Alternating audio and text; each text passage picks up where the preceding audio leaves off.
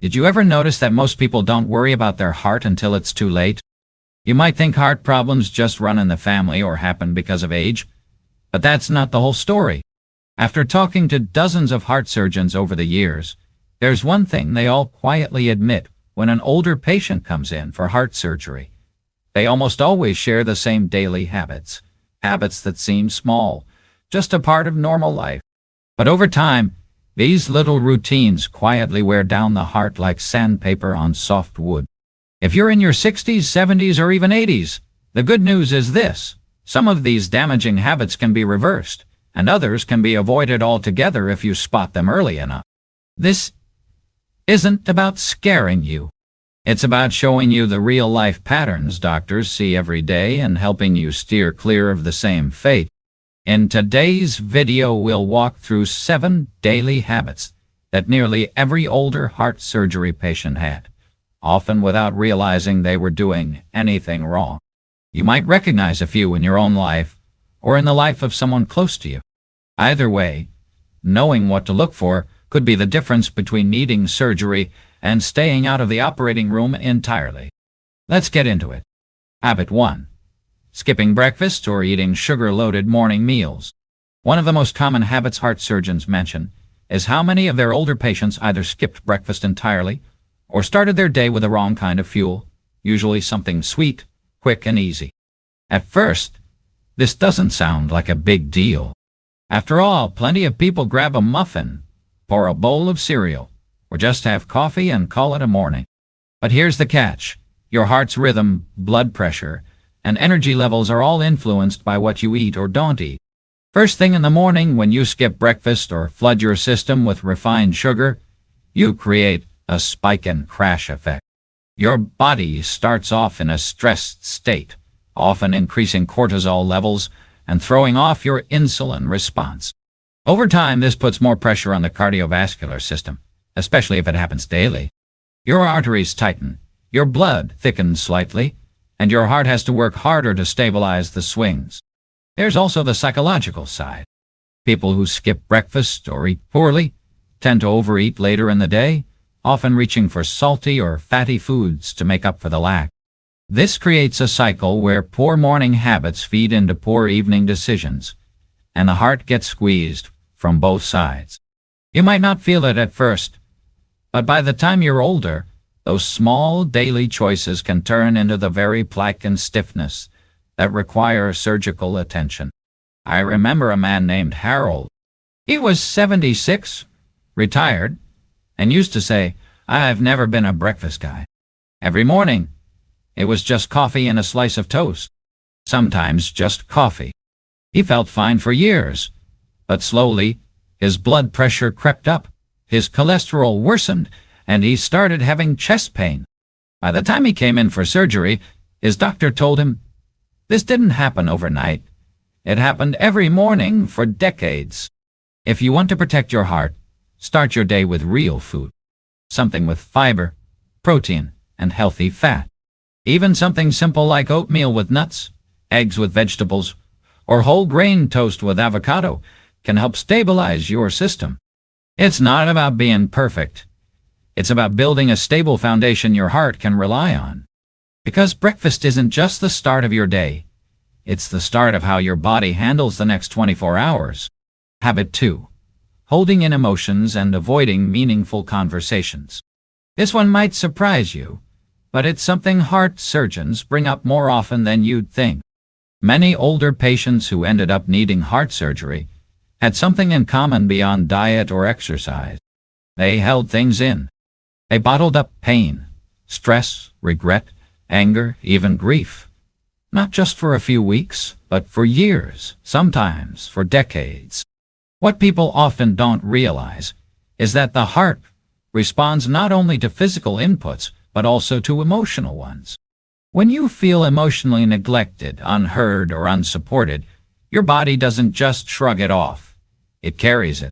Your nervous system becomes more reactive. Your blood pressure stays a little higher, and your sleep becomes more fragile. Over time, that subtle tension builds, putting a load on your heart that no treadmill can undo.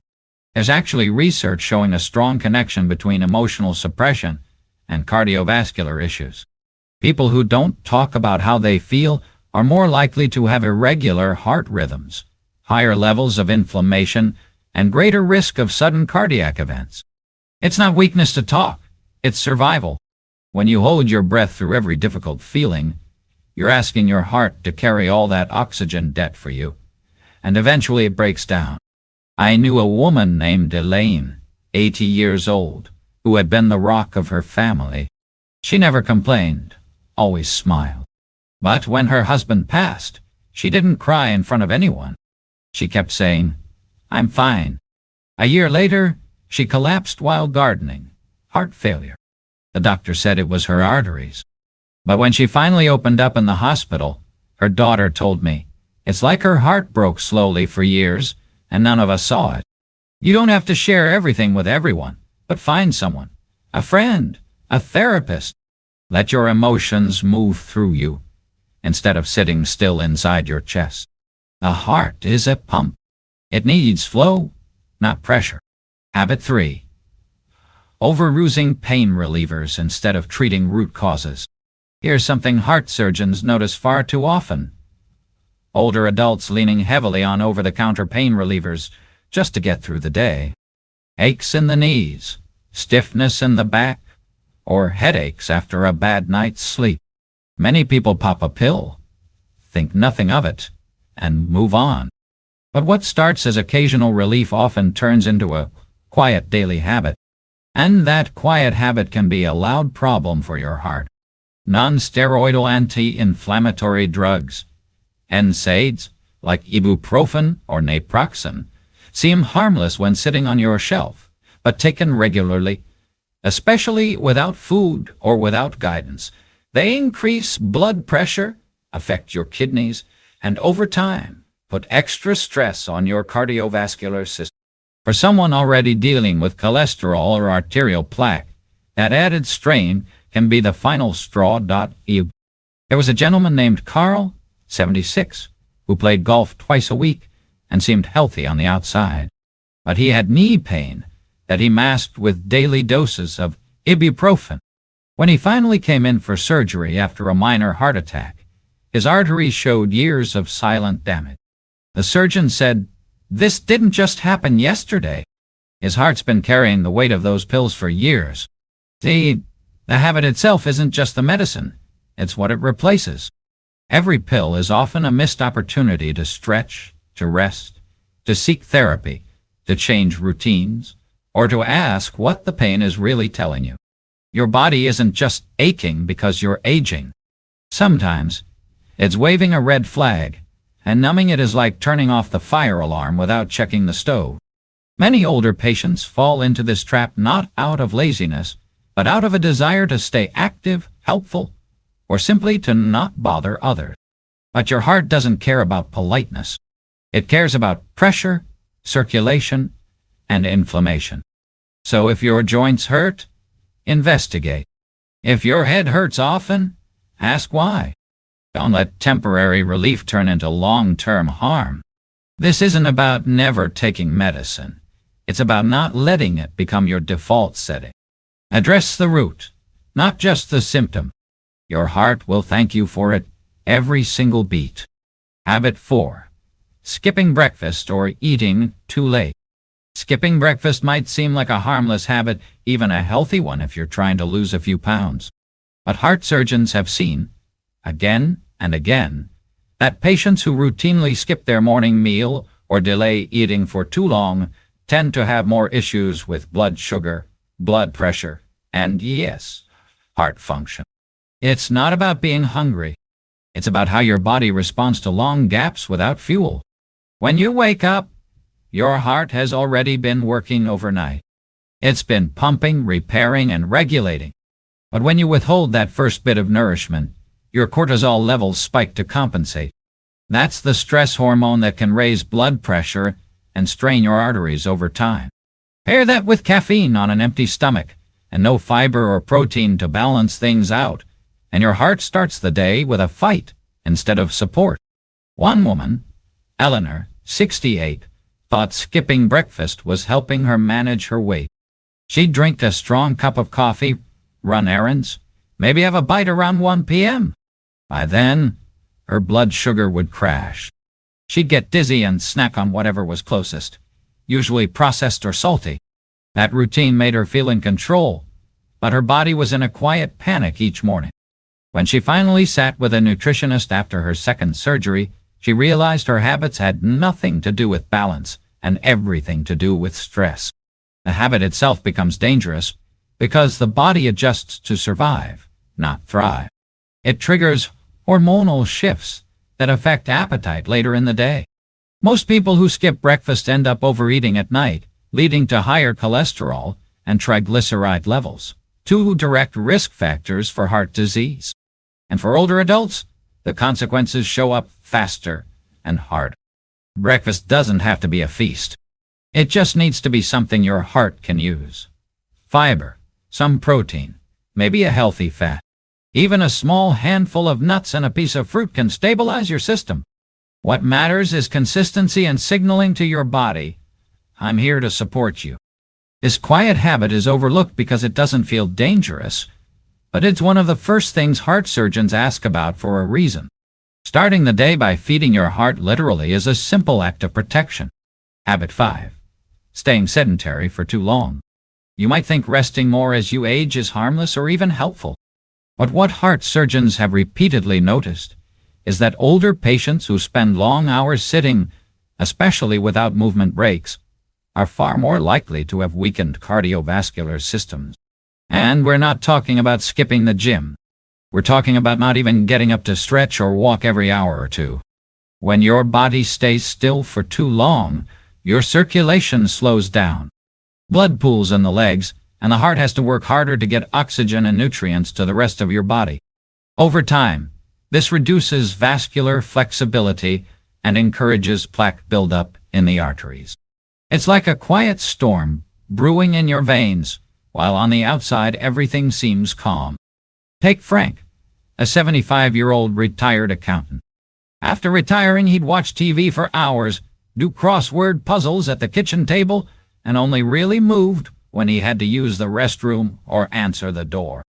By the time he felt a tightness in his chest and shortness of breath, his cardiologist found early signs of congestive heart failure, not because he was overweight or a smoker, but because his heart had been quietly weakening from inactivity. It's not about becoming an athlete. It's about movement. Standing up every 30 minutes, stretching your arms, taking short walks throughout the day. Even light housework or tending to plants keeps your blood flowing and your heart pumping in a healthy rhythm. Think of it like oiling the engine. You don't need to rev it up, but you do need to keep it running. And here's the truth. Sedentary behavior is not just about your heart. It affects your blood sugar, your mood, and even your ability to sleep at night. But the first organ to suffer in silence is the heart, because it can't shout at you. It just keeps working quietly until it can. Surgeons can open arteries. They can install stents, but they can't undo years of inactivity. That part is up to us. And it starts with small, regular movements that show your body you're still in the game. Habit 6. Ignoring chronic stress and emotional pressure. We often think heart trouble comes only from physical things. Diet, exercise, maybe genetics. But what many heart surgeons see again and again is this. The patients who walk into the operating room often carry years of buried emotional stress, and they don't even realize it's been quietly chipping away at their health. You see, your heart doesn't just respond to physical activity. It responds to emotion. These aren't just feelings. They cause real, measurable changes in blood pressure, heart rate, and hormone levels. When those changes happen often enough, they wear down the cardiovascular system, the same way water wears down rock. Take Joanne, aged 68. She was widowed 6 years ago and lived alone, insisting she was fine. Her friends described her as strong and independent, but she often had trouble sleeping and would get chest tightness anytime something stressful came up. When she finally went in for a checkup, Her doctor discovered elevated blood pressure, irregular rhythms, and early signs of atherosclerosis. The doctors asked about her diet and exercise, but when they dug deeper, it was her chronic stress that had been driving much of the damage. The human heart is resilient, but it's also sensitive. It remembers. Long-term stress keeps your body in a fight-or-flight state, pumping out stress hormones like cortisol and adrenaline. These hormones raise your heart rate and constrict blood vessels. Over time, this raises the risk of hypertension, stroke, and even sudden cardiac arrest. The problem is, many older adults grew up being told to tough it out. Don't complain, don't cry, just keep going. And while resilience is admirable, suppressing emotional pain doesn't make it disappear. It just makes your body carry the weight. The good news: emotional release is healing. Talking with someone, journaling, breathing exercises, prayer, or meditation, these aren't just soft habits. They're hard tools for real protection. And just like you wouldn't leave a cracked pipe in your home unattended, you shouldn't leave a stressed heart untreated. You are allowed to feel. You are allowed to rest. You are allowed to protect your heart, not just physically, but emotionally. Habit 7. Going years without checking your heart health. Out of all the habits heart surgeons point to, this one might be the most frustrating to them because it's completely avoidable. Too many older patients only find out about their heart problems after it's already serious. And the reason they didn't get checked until it was too late? We don't skip oil changes for our cars. We don't wait until the roof caves in before inspecting it. But somehow, many people, especially after retirement, stop going in for regular heart screenings. Some say it's because they feel fine. Others are afraid of bad news. Some simply don't know what to look for. But here's the truth. The heart can be struggling long before it shows obvious symptoms. Things like high blood pressure, high LDL cholesterol, elevated calcium scores, or an abnormal EKG can give clues long before a heart attack ever happens. A simple yearly checkup with blood work, and if necessary, an echocardiogram or stress test, could uncover things that, if caught early, could be easily managed. Take George, age 76. He said he felt just a little slower these days, but nothing alarming. His daughter pushed him to get a full workup. Turns out, he had over 80% blockage in one of his coronary arteries. He got a stent, adjusted his diet, and is now doing much better. But if he hadn't gone in, he might have had a very different outcome. Not knowing isn't peace of mind. It's risk. And unlike some health conditions, heart problems don't always announce themselves with big symptoms until they're dangerous. Sometimes the first sign is a silent heart attack. Heart surgeons often say they wish their patients had come in 2 years earlier, or even 6 months. Preventive care isn't just about avoiding pain. It's about giving you more years, more energy, and more freedom.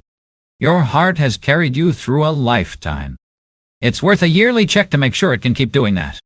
Final thoughts. We often think of bad habits as little things, like biting your nails or skipping a walk. But the truth is, some of the smallest, most overlooked daily choices have the biggest consequences for your heart. That's what heart surgeons are trying to tell us. The patients they see most often didn't have just one big mistake. They had years of small patterns that added up. But here's the good news. It's not too late. No matter how old you are, your heart responds to better choices. You don't need to be perfect. You just need to start. Change one habit at a time. Give your heart a little more oxygen, a little more rest, a little more movement. Thank you. Think back through the 7 habits we talked about. Is there one that hit close to home for you? Maybe it's something you've been meaning to address for a while, or something you never thought was connected to heart health. Either way, just noticing it is a step in the right direction. Let's not wait for the wake-up call that comes in an ambulance. Let's take action while we still have the choice. You're not alone in this. We're all learning, all growing, and all trying to do a little better than we did yesterday. Thank you for joining us today. We'd love to hear from you. Leave a comment below and share one thing you learned today, and how you plan to use it in your life. Your thoughts are important to us, so don't hesitate to share them. Reading your comments gives us great motivation and encouragement. If you enjoyed this video and found it helpful, please like, subscribe, and share. Your support helps us continue creating good content to inform and inspire you. Thanks for watching, and we look forward to seeing you in the next video.